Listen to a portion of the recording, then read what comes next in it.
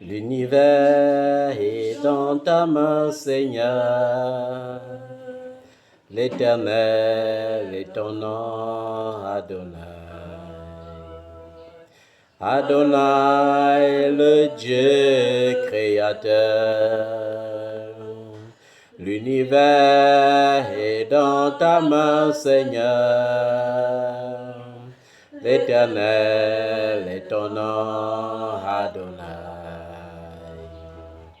Nos mains sont levées, nous voulons t'élever, t'adorer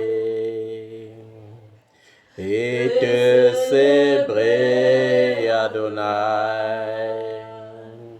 Tu es le Père de tous ceux qui ont le Fils en eux, tu es Dieu. Tu remplis les cieux, Adonai. Nos mains sont levées, nous voulons t'élever, t'adorer et glorifier, Adonai. Tu es le Père de tous ceux qui ont le Fils en eux, tu es Dieu. Tu remplis les cieux, Adonai. Seigneur, tu remplis les cieux. Les cieux, Seigneur, ne peuvent te contenir et le ciel est ton trône. La terre est ton marchepied et l'univers, Seigneur, entier t'adore. Parce que ta majesté, Seigneur, surpasse l'entendement des hommes. Seigneur, tu mérites l'adoration. Et toi seul le Dieu qui doit être adoré. Toi seul le Dieu qui doit être glorifié. Toi seul le Dieu qui doit être exalté. Seigneur, nous te rendons grâce pour tes bienfaits. Nous te magnifions, Seigneur, pour ce que tu es. Nous te bénissons parce que tu es Dieu. Nous te bénissons parce que tu es Seigneur. Nous te bénissons parce que ton règne n'a pas de fin. Sois loué et sois exalté pour l'éternité. Sois loué et sois exalté, Seigneur, pour des temps indéfinis. Parce que même le temps, Seigneur, est un outil d'adoration pour toi. Tu n'as ni début de vie, ni fin de jour. Seigneur, tu es maître des temps, maître des circonstances. Sois loué, Seigneur. Les arbres, Seigneur, qui mugissent montrent que tu es Dieu. Le ciel si beau et si éloigné de nos regards physiques, Seigneur, démontre que tu es puissant. Les étoiles qui scintillent la nuit, Seigneur, scintillent pour t'adorer. Qui peut fixer, Seigneur, les luminaires du soleil, si ce n'est toi seul? Pourtant, Seigneur, ta lumière surpasse les luminaires du soleil qui dépassent, ô Dieu, les rayons optiques de nos propres yeux. Seigneur, nous te célébrons pour ta majesté. Tu es plus grand que ce que nous pouvons dire. Tu es plus grand que ce que nous pouvons imaginer. Tu es grand plus que ce que nous pouvons penser. Un merci, Seigneur, ne vaut rien. Mais, Seigneur, accepte notre merci. C'est l'unique chose que nous pouvons te donner. Par cette voix que tu nous as donnée, par cette grâce que tu nous as donnée, Seigneur, de ne pas être muet. Oh Seigneur, par cette grâce que tu nous as donnée, d'avoir des langues déliées, nous voulons te dire merci, Seigneur. Merci du fond de notre cœur. Merci du fond de nos âmes. Merci, Seigneur, du fond de nos pensées. Nous voulons t'adorer, Seigneur, avec nos pensées, t'adorer avec notre force, t'adorer, Seigneur, avec notre corps, t'adorer avec tout ce que tu as créé. Tu es le Père, Seigneur, de tous ceux qui ont le Fils en eux. Seigneur, comme tu l'as attesté dans le livre des Romains, chapitre 8. Seigneur, tous ceux qui ont l'Esprit de Christ t'appartiennent. Et ceux qui n'ont pas l'Esprit de Jésus ne t'appartiennent pas. C'est ainsi, Seigneur, qu'on connaîtra la différence entre les fils du royaume et les fils du monde. Merci, Seigneur, d'avoir fait de nous des fils du royaume. Reçois l'adoration pour cela, Seigneur. Ce n'est pas par mérite, ce n'est pas par acquis, mais c'est par ta grâce. Merci, Papa, au nom de Jésus. Et ce soir, ô Dieu, nous voulons encore nous humilier devant ta face pour te supplier de nous pardonner pour tout péché, pour toute iniquité, pour toute pensée qui ne t'a pas honoré, pour toute parole vaine sortie de notre bouche, pour toute parole, Seigneur, vaine, ô Dieu, pour toute pensée immonde que nous avons pu imaginer au fond de nous. Nous te supplions de nous pardonner. Pardonne-nous, Seigneur, pour toute action que nous n'avons pas fait pour ta gloire, mais pour la recherche de la gloire des hommes. Pardonne, Seigneur, pour tout esprit de rivalité, ô Dieu, pour tout esprit, ô Dieu, de rivalité. Tu ne nous as pas appelés à la rivalité, mais à la paix. Seigneur, tu veux que, autant que cela dépend de nous-mêmes, que nous soyons en paix avec tous les hommes. Pas seulement avec les chrétiens, mais avec tous les hommes. Seigneur, pardonne-nous pour toutes les fois que nous n'avons pas été des artisans de paix. Pardonne-nous, Seigneur, pour toutes les fois que nous n'avons pas pu donner l'esprit d'apaisement. Pardonne-nous, Seigneur, pour toutes les fois que nous n'avons pas été conciliants. Tu as réconcilié le monde avec le Père et tu as mis en nous le mystère de la réconciliation. Pardonne-nous, Seigneur, pour toutes les fois que nous n'avons pas utilisé ce mystère quand il fallait. Pardonne-nous, Seigneur, lorsque nous avons, ô Dieu, attisé la haine plutôt que de maintenir la paix, plutôt que d'imposer la paix. Tu es le prince de paix et tu veux que nous soyons les princes de paix. Tu veux que nous soyons des artisans de paix. Seigneur, que nous ne soyons pas des outils de division. Pardonne-nous, Seigneur. Nous ne voulons pas, comme Judas l'Iscariote, élever, Seigneur, notre cœur contre l'Éternel, élever nos pensées contre l'Éternel, élever nos actions contre l'Éternel. Mais nous voulons, Seigneur, ô Dieu, être les modèles qui te suivent, les modèles qui t'imitent, comme Jésus, ô Dieu, a été soumis en toutes choses. Donne-nous d'être soumis en toutes choses, d'être obéissants en toutes choses pour ta gloire, au nom de Jésus de Nazareth. Papa, nous implorons le sang de Jésus pour nous-mêmes et pour nos enfants. Et ce soir, ô Dieu, comme tu le dis dans ta parole, il n'y a rien qui se passe en bien, ni en mal, sans que l'Éternel n'ait révélé à ses serviteurs, les prophètes. Nous voulons prendre autorité, ô Dieu, pendant ces vacances, contre tout esprit d'incident et d'accident. Nous refusons les accidents au nom de Jésus-Christ de Nazareth.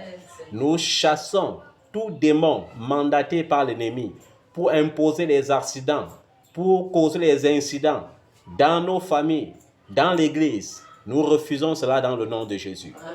Vous ne serez pas des sujets, ô Dieu, nous ne serons pas des sujets d'accidents. Parce que de la même manière que tu as préservé le Seigneur Jésus-Christ, notre sang ne touchera pas le sol. Et aucun de nos os ne sera brisé. Au nom de Jésus-Christ de Nazareth. Amen. Nous chassons tout esprit de mort programmé. Nous chassons tout esprit de mort prématuré. Et nous déclarons, Seigneur, que par ta vie en nous, nous vivrons. Et nous vivrons, Seigneur, selon que tu avais écrit dans ton livre devant notre nom. Parce que la Bible dit, Seigneur, qu'avant que nous ne naissions, tu nous connaissais déjà. Et tu avais écrit nos noms avec les jours de nos vies dans ton livre. Amen. Personne sur cette terre ne viendra s'opposer, ô Dieu, à la dureté de notre vie. Amen. Et nous prions pour déclarer par le sang de Jésus, qui est notre rançon, que toute personne qui a racheté nos âmes par la sorcellerie, Seigneur, soit dans la confusion. Amen. Parce qu'il est écrit que tu as donné les hommes à notre place. Tu as donné l'Éthiopie comme notre rançon. Que toute personne qui a trafiqué notre destinée a pris d'argent par des sacrifices rituels pour bouffer notre énergie spirituelle, pour bouffer la destinée que Dieu a conçue pour nous, pour bouffer notre destinée financière, notre destinée matérielle, notre destinée maritale, notre destinée, qu'importe les domaines de la vie, que cette personne commence à solder sa dette maintenant. Parce que nous donnons le sang de Jésus-Christ pour nous-mêmes. Nous donnons le sang de Jésus-Christ pour nos enfants. Amen. Nous donnons le sang de Jésus-Christ pour notre descendance terrestre. Au nom tout-puissant de Jésus-Christ de Nazareth. Bien-aimé, il faut que tu prêtes attention à ce que Paul a dit dans Romains chapitre 8. Lorsqu'il dit, celui qui a l'esprit de Jésus appartient à Dieu, et celui qui n'a pas l'esprit de Jésus n'appartient pas à Dieu, cela nous ramène à l'histoire de Nicodème. On peut être dans l'église bâtiment. On peut adorer, on peut chanter, on peut louer sans être sauvé. Nicodème était un homme de Dieu. Ce n'était pas un faussaire, c'était un prêtre. Et qui siégeait même devant le Sanhédrin, ça veut dire que c'était un souverain sacrificateur, quelqu'un qui connaissait toute la loi et toute la doctrine de Moïse, quelqu'un qui connaissait toutes les reliques de la vie juive, quelqu'un qui connaissait tous les dépliants des livres prophétiques et autres. Mais il ne savait pas une chose. Il croyait que cela était suffisant pour être sauvé. Il ne savait pas qu'il faut passer par le canal de la conversion pour être sauvé. C'est pourquoi lorsque Jean est venu, Israël a cru que voilà enfin le canal du salut. On allait enfin se réconcilier avec Dieu. Et ils ont cru que par le baptême des gens, on pouvait être sauvé. Alors que tel n'était pas le cas. Jean était celui-là qui était envoyé pour préparer le chemin du Seigneur, pour leur dire, voilà celui-là qui est venu et qui m'a précédé. Il était avant moi. Et quand Jean disait il était avant moi, il ne parlait pas de la naissance terrestre. Il parlait de la vie, de la divinité de Jésus-Christ. C'est pourquoi Jésus lui-même a dit, lorsque les gens ont dit, tu n'as pas connu notre père Abraham, nous sommes des enfants d'Abraham, nous ne sommes pas des enfants illégitimes. Il les a dit, avant qu'Abraham ne soit, je fus. Une manière de leur dire, c'est moi-même qui ai même créé Abraham. C'est moi-même qui ai mandaté Abraham comme le père de la foi. Mais comme aujourd'hui, nous sommes dans une époque où il y a beaucoup de Nicodème, où beaucoup s'enflent d'orgueil pour avoir étudié de la théologie, où beaucoup s'enflent d'orgueil et viennent même dans les médias sociaux dire « Je connais les révélations les plus cachées du royaume ». Mais je vais vous dire une chose, peu importe la révélation que tu peux avoir, peu importe ton niveau en théologie, peu importe ton niveau de connaissance en logos, si tu n'as pas Jésus, tu es perdu. Il y a plusieurs personnes aujourd'hui qui n'ont pas expérimenté la vraie vie de Dieu. Lorsqu'on les parle même de la communion avec le Saint-Esprit, ils n'ont aucune notion. Pourquoi? Parce qu'ils sont vendus au péché, ils font des rechutes tous les jours. Pourquoi est-ce qu'ils font des rechutes tous les jours? Parce que Jésus n'a jamais été Seigneur dans leur vie. Jésus les a sauvés, certes, on les a présenté un Jésus qui sauve, mais on n'a pas présenté un Jésus qui règne dans les pensées, qui règne dans les cœurs, qui règne dans les vies. C'est pourquoi je dis, ils font des rechutes chaque jour. Ils confessent les mêmes péchés chaque jour, mais ils font les mêmes rechutes tous les jours. Pourquoi? Parce que la Bible est formelle là-dessus. Lorsqu'un démon est chassé d'un corps, il s'en va dans les lieux déserts. Mais la Bible dit qu'il rôde. Et s'il trouve que la maison n'est pas ornée et balayée, c'est-à-dire si la maison, ton église, parce que tu es d'abord l'église, tu es le temple de Dieu. S'il revient et trouve que dans ce temple règne le péché, la Bible dit qu'il s'en va chercher 7 autres démons plus grands que lui. Et il vient s'installer. Ça veut dire qu'il est donc évident. C'est pour ça que vous voyez dans certaines assemblées, les mêmes gens tombent tous les dimanches. Pourquoi? Tous les temps qu'il y a prière, ils continuent de tomber. Pourquoi? Parce que chaque fois, 7 démons fois 7 viennent s'installer dans leur vie. 7 démons partent chercher les esprits méchants et viennent s'installer dans leur corps. Pourquoi? Parce qu'on ne les a pas donné Jésus. Tant qu'il n'y a pas la réelle conversion, il n'y a pas de vie possible avec Dieu. Il faut se convertir. La vie commence par la conversion. La conversion est la clé même de la nouvelle naissance. C'est pourquoi Jésus dit à Nicodème, tu es docteur de la loi en Israël. Ça veut dire que tu enseignes beaucoup de mystères. Tu enseignes les livres prophétiques. Tu présentes la loi de Moïse. Mais tu n'es même pas sauvé. C'était une manière de lui dire, toi tu enseignes le salut aux gens, mais tu n'as même pas la notion du salut. Tu n'es pas sauvé. Il faut que tu naisses de nouveau. La nouvelle naissance pouvait étonner Nicodème parce que c'est pour ça qu'il pose une question charnelle. À mon âge, dois-je encore rentrer dans le sein de ma mère pour naître de nouveau? Et Jésus lui dit non, ce n'est pas comme ça. Tu es docteur de la loi et tu ne connais pas cette chose. Le vent souffle, on l'entend souffler, mais on ne sait d'où il vient ni là où il va. Il en est de même de celui qui est né de l'esprit. Ce qui est charnel et ce qui est spirituel est spirituel. Et j'expliquais à quelqu'un aujourd'hui que naître de nouveau veut dire prendre l'engagement de se séparer de son ancienne nature. De se séparer de son ancienne nature, pourquoi? Parce que lorsque nous naissons, nous héritons immédiatement. Lorsque tu es né de ton père et ta mère, tu hérites directement de toutes les malédictions de ton père et de ta mère et de leurs ancêtres. Et au-dessus de cela, lorsque tu nais de ton père et ta mère, tu hérites directement du péché originel qui est la conséquence du péché d'Adam et Ève. Et la seule chose qui peut te sauver de ce péché originel, c'est la conversion, c'est l'acceptation de Jésus-Christ comme Seigneur et Sauveur. C'est-à-dire, je crois qu'il est le Fils de Dieu, je crois qu'il est mort à la croix pour moi, et je crois par-dessus tout que Dieu l'a ressuscité d'entre les morts. Ça veut dire que ce n'est même pas le baptême qui vient me sauver. Le baptême ne vient que pour confirmer, que j'ai participé à la mort et à la résurrection de Jésus. C'est un engagement d'une pure conscience. Différent du baptême que les religieux donnent aux bébés et donnent aux personnes de façon formelle en appelant sacrement. Non, le baptême est l'engagement d'une pure conscience envers Dieu. Et je disais encore à quelqu'un aujourd'hui, la nouvelle naissance n'est pas forcément le salut. Je suis né de nouveau, je suis séparé du vieil homme. Mais est-ce que réellement, comme Paul le dit dans Galates chapitre 5, à partir du verset 16, est-ce que je continue de manifester les œuvres mortes, c'est-à-dire les œuvres de la chair, telles que la jalousie, la cupidité, l'idolâtrie, la magie, l'impureté, l'impudicité? Est-ce que je continue de manifester cela? Alors, cela remet en cause ma nouvelle naissance. Parce que lorsque je nais de nouveau, j'invite Jésus à être Seigneur et Sauveur dans ma vie. Et lorsque j'accepte qu'il est Seigneur, c'est-à-dire qu'il prend le contrôle de toute ma vie, alors il m'accorde le Saint-Esprit qui me donne la capacité de vaincre mon ancienne nature. C'est pourquoi vous voyez, certains chrétiens, ils sont charnels, ils demandent la main de Dieu tous les jours sans chercher la face de Dieu. On a vu les chrétiens, leur sujet des jeûnes est centré toujours sur des choses charnelles. Papa, je jeûne parce que tu vas me montrer maintenant que je suis né pour être riche. Je jeûne parce que tu vas me séparer de la pauvreté. C'est-à-dire que tout ce qu'ils regardent, c'est seulement la pauvreté. Mais est-ce que tu es riche d'abord spirituellement? Est-ce que ton âme est enrichie?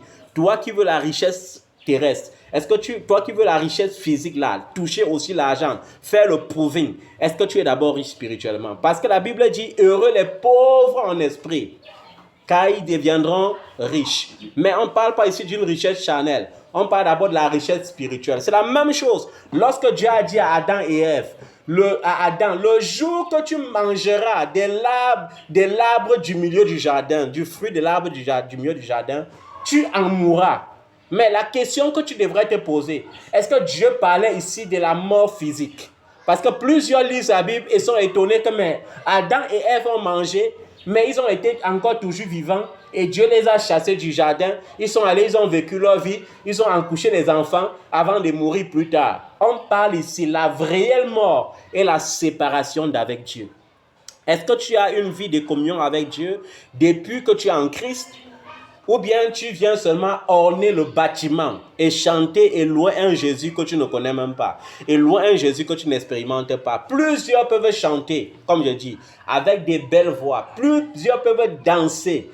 Mais je le dis en vérité, plusieurs peuvent faire ça et finir en enfer. Il y a des gens qui disent non, lorsque tu as dit que Jésus-Christ est Seigneur, lorsque tu as été baptisé, c'est impossible pour toi d'aller en enfer. Mais je vais vous dire une chose. Lorsque l'apôtre Pierre parle de certaines choses, il dit, ne savez-vous pas que telle catégorie de chrétiens n'hériteront pas du royaume des cieux? C'est-à-dire telle catégorie de personnes qui pratiquent telle catégorie de choses n'hériteront pas du royaume des cieux. Et je viens t'interpeller là-dessus. Je viens t'interpeller là-dessus de ce soir. Ne sois pas un Nicodème qui est inconverti. Sois ce Nicodème qui à la fin pouvait dire, ne savez-vous pas qu'un seul peut mourir pour sauver tout le monde entier? Parce qu'il avait déjà compris le but de la venue de Jésus sur la terre. Est-ce que tu as compris le but de Jésus?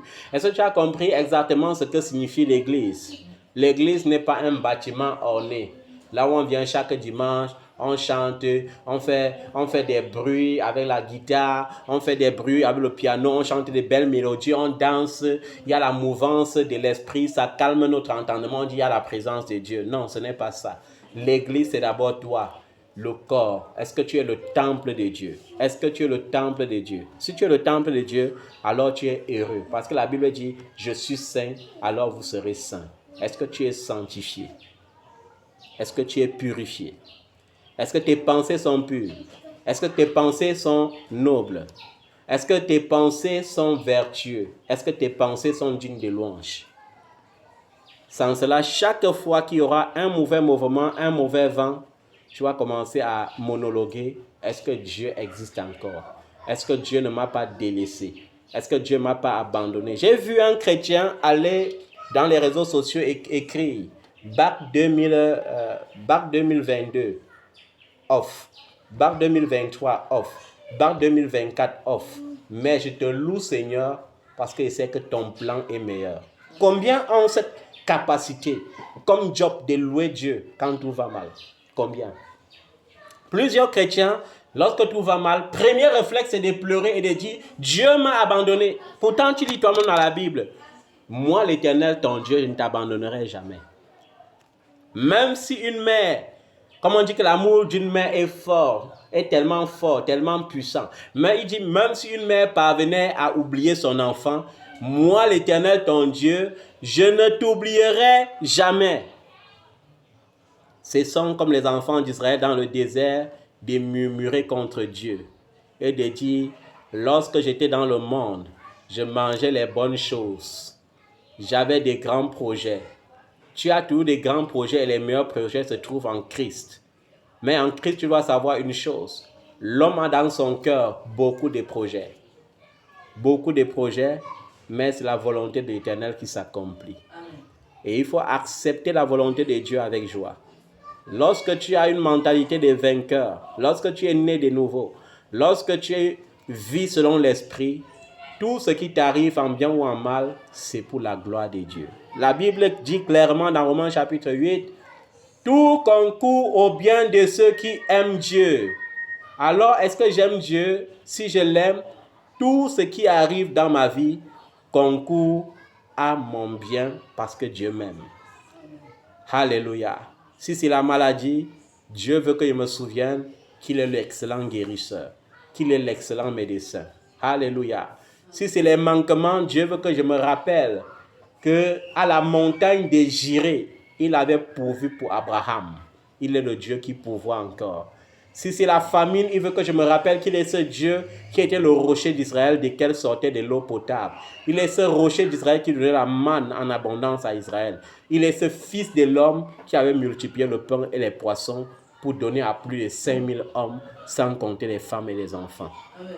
Alors, bien-aimé, je veux que par cette exhortation ce soir, lorsque tu vas encore méditer Jean chapitre 3, que tu comprennes que le plus important n'est pas de dire « je suis sauvé », mais de mettre la parole de Dieu en pratique. Parce que la Bible dit dans le livre de Jacques, chapitre 1, au verset 22, « Mettez la parole de Dieu en pratique et ne vous bornez pas seulement à l'écouter. » Plusieurs se bornent à écouter. Écouter ne suffit pas, il faut mettre en pratique. Alléluia. On n'a pas dit qu'il faut mettre certaines parties en pratique. On a dit qu'il faut mettre toute la parole de Dieu en pratique. Gloire à Jésus. Je crois que cette exhortation, aussi courte qu'elle soit, est riche et qu'elle t'accordera la vie et la paix pour la gloire de Dieu. Mets-toi sur tes pieds, nous allons prier. J'ai vu un homme sur la croix. Ses mains étaient percées, le sang sortait de son côté. Il m'a dit, je suis sauvé, je suis sauvé, je suis sauvé, je suis sauvé, je suis sauvé par le sang de l'agneau. Seigneur, je suis sauvé par ton sang. Parce que le sacrifice à la croix, tu as payé. Et ton sang est suffisant pour me justifier et pour me sauver.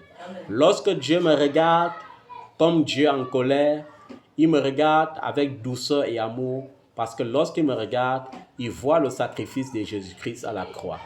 C'est pourquoi, Seigneur, j'atteste que je suis sauvé. Amen. Par la grâce de la croix de Golgotha.